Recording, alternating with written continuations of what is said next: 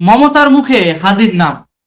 হাদি হত্যায় কারা জড়িত সেটা নাকি জানেন মমতা ব্যানার্জি, এবং তিনি হুঁশিয়ারি দিয়ে বলেছেন যে যদি তিনি সেটা ফাঁস করে দেন তাহলে অমিত শাহর কি হবে। মানে এটা তাদের ভারতের অভ্যন্তরীণ রাজনীতির তর্ক বিতর্কমূলক স্টেটমেন্টের মাঝখানেই বাংলাদেশ একটা ইনফরমেশন পেয়ে গেল হাদি হত্যার সঙ্গে কারা জড়িত এটার ব্যাপারে ওয়াকিবহাল ভারতের কেন্দ্র থেকে কলকাতার আঞ্চলিক রাজ্য।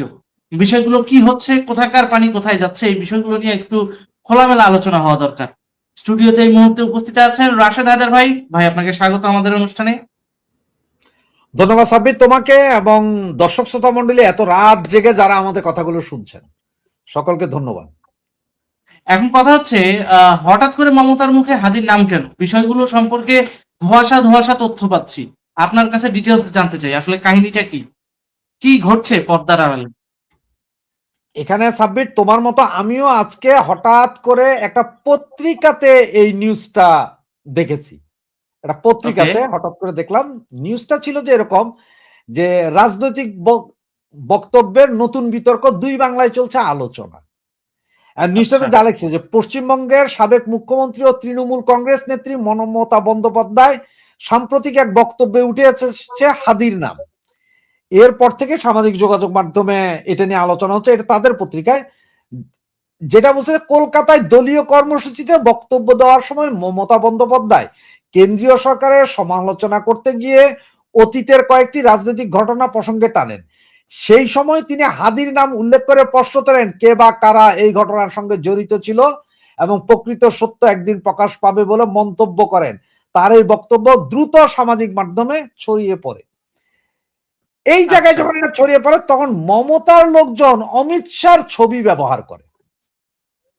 ওকে, অমিত শাহর ছবি আমরা কি সেটা দর্শককে একটু দেখাতে পারবো? আপনি যদি লিংক গুলো আমাদেরকে পাঠিয়ে দিন। পত্রিকাটা আমি হঠাৎ করে, তখন আমি আর একটা লাইভে ছিলাম এই সময়, যার কারণে আমি জাস্ট লেখাটাকে কপি করে নিতে পারছিলাম, পরবর্তী তার খোঁজার সময় হয় নাই। আমরা দর্শককে সেটা দেখাবো, আপনি বিস্তারিত বলুন, আমি ততক্ষণে ওটা খুঁজে আসি।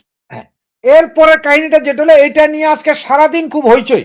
তবে বাংলাদেশের মিডিয়াতে বা ইয়েতে এখনো আসে নাই কেন জানো? এখনো তো বাংলাদেশের মিডিয়াতে আসে নাই, মানে আজকে বাংলাদেশ আওয়ামী লীগের ছেলে পেলে ব্যস্ত আছে তোফায়েল ভাইয়ের জানাজা নিয়ে, এবং ওখানে যেসব সন্ত্রাসী কর্মকাণ্ড বিএনপি জামাত ঘটাইছে এগুলা নিয়ে ব্যস্ত সবাই।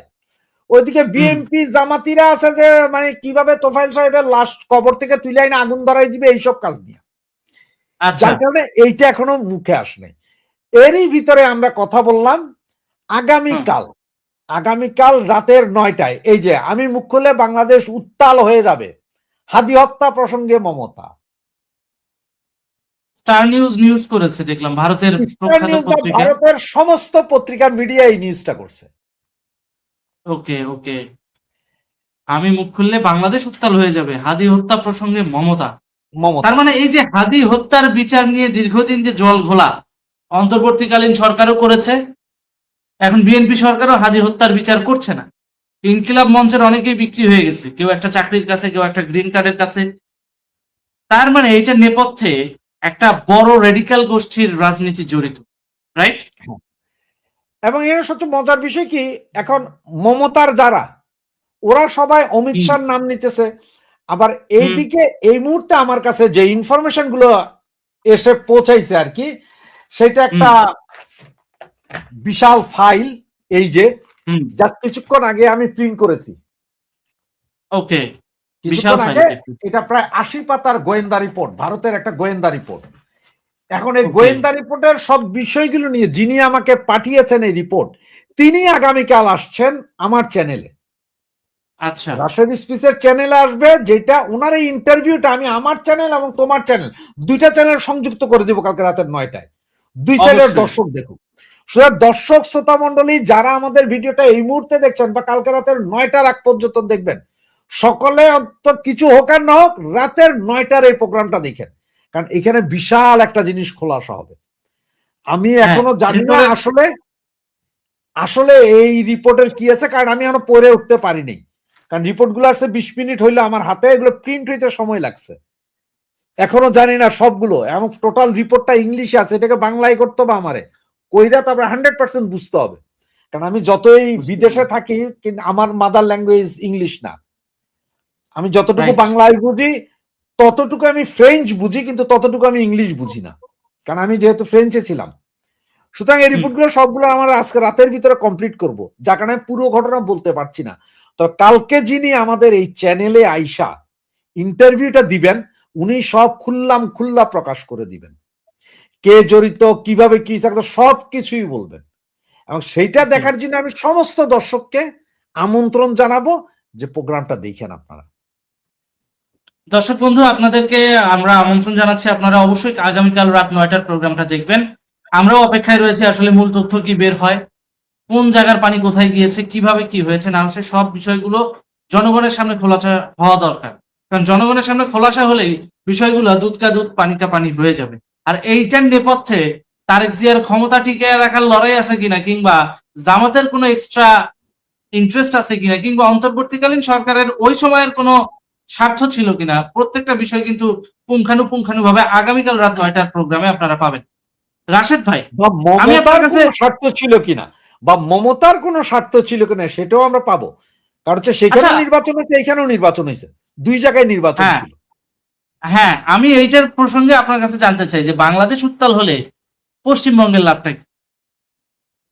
বাংলাদেশ উত্তাল হলে পশ্চিমবঙ্গের লাভটা কি সেইটা বাদ দাও, ঘটনা হচ্ছে যে আমার কথা আর একটা, সেটা হচ্ছে আপনি মমতাজি যদি মুখ খোলেন তাহলে বাংলাদেশ উত্তাল হবে বলছেন, আগে মুখটা খোলেন নাই কেন?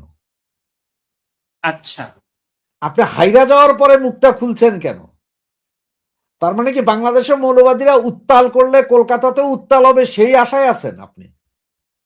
তার মানে কোনটা আছে? এখানে ওনার হয়তো বা কোনো রাজনৈতিক স্বার্থ ছিল কিনা ব্যাপারটা এখনো পরিষ্কার না, কালকে না, এটা পরিষ্কার হবে, তাই তো? কালকে এটা পরিষ্কার জানা যাবে। এবং সবচেয়ে মজার বিষয় কি জানো, মমতার কথাটা শুনে আজকে আমার ওই যে একটা মেয়ে হত্যাকাণ্ড হইলো না কয়েকদিন আগে, 9 বছর একটা মেয়ে ধর্ষিত হইলো যে, হ্যাঁ, রামিসা।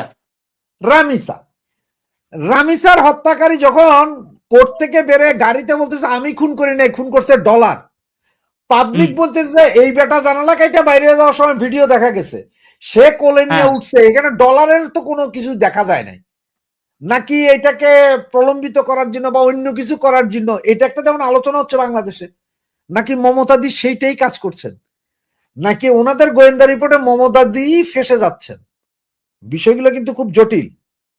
বুঝছি। কারণ হচ্ছে হাদিকে যারা মারলো তারা পার হইল কোন সরকারের আমলে, তারা ভারতে ঢুকলো কোন সরকারের আমলে, সবকিছু কিন্তু মিলিয়ন ডলারের কোশ্চেন।